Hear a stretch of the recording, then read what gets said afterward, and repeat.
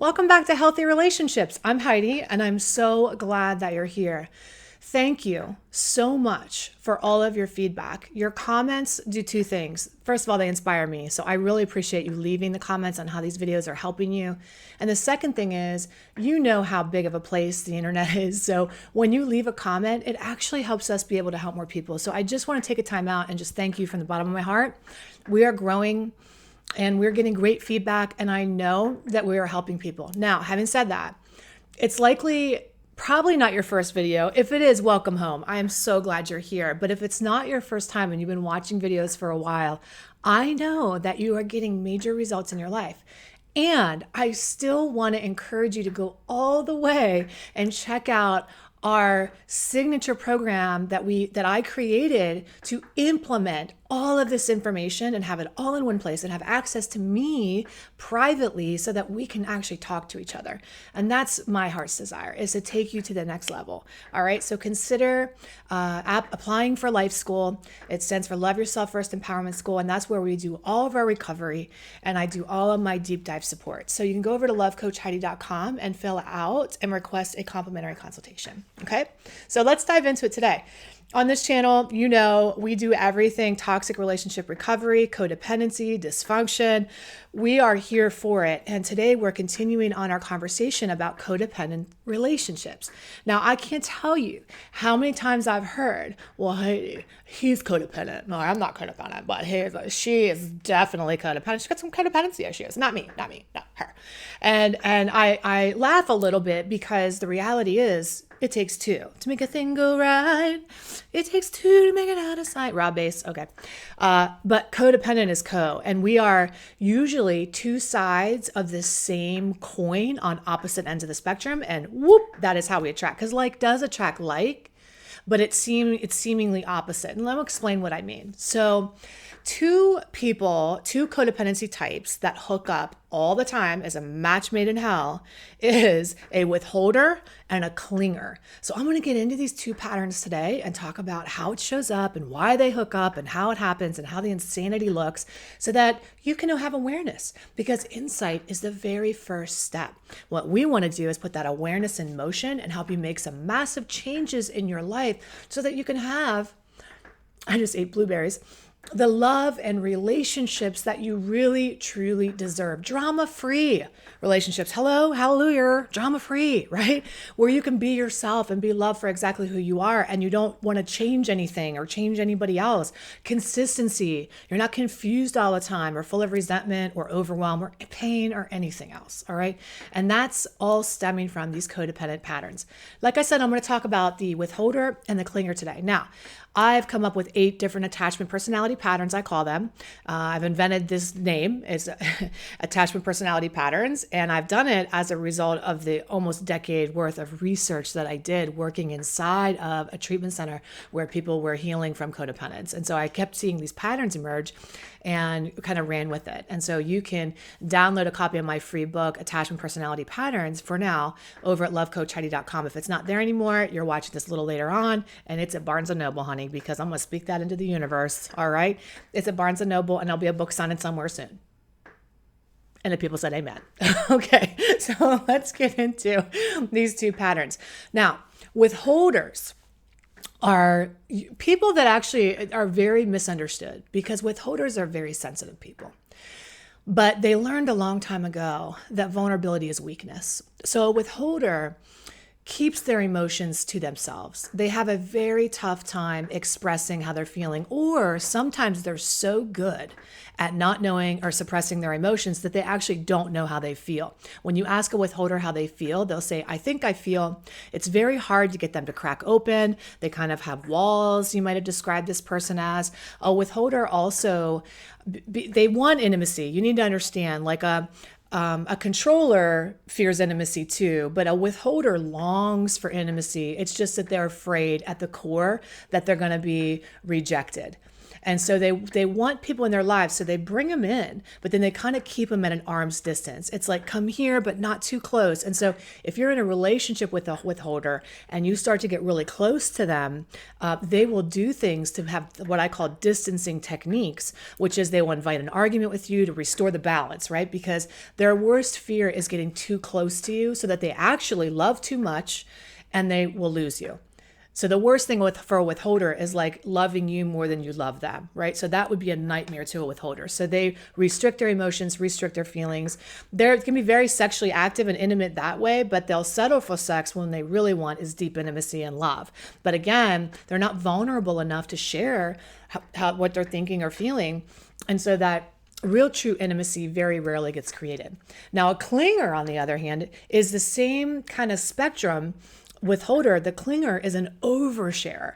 They go into a relationship and kind of want to divulge absolutely everything. They fantasize and romanticize and put the person that they're interested in up on a pedestal. And they are just super trusting, where a withholder trusts no one. The only person I can count on is me. A clinger says, oh, I can trust you, even before trust is really deserved. A thing with a clinger is they don't recognize the unavailability, emotional unavailability of the people they're attracted to, kind of like a withholder is emotionally unavailable. They don't recognize that because they project a fantasy onto that person. They really blow up all their good traits and kind of minimize their red flags or deny the red flags because they want love and relationship more than they actually want the reality of that person. And so where a withholder fears rejection, a clinger fears abandonment.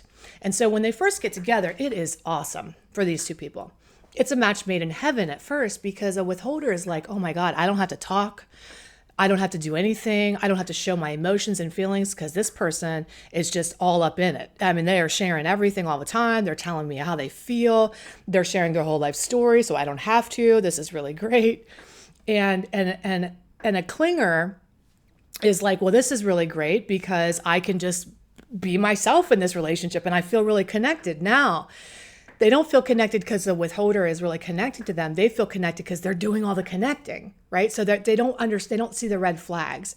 Now, initially, a withholder won't go in rejecting this other person, pushing them away right away, because again, a withholder longs to be close. So the first thing they'll do is they'll start to be close in that dynamic. But as all the neurotransmitters of well-being wear off. That's why love is blind, because we're all drunk as hell, right? On dopamine and oxytocin and everything else. But when that starts to go away, what'll happen is a withholder with that clinger will start to feel smothered. And they'll start to feel like, oh my God, you're like on top of me. I can't breathe. So they'll start to do things to push that person away, right? Oh, you're smothering me. I can't handle this. Even though at first it was great. We were both on our best behavior. Now it's too much for me. And the clinger, because they fear that abandonment, 9 times out of 10, what'll happen is they'll want a little space, but this person will be like, nope, and just rush right back in and just want to, hey, what do you mean you're unsure about how you feel about me? They'll try to corner them.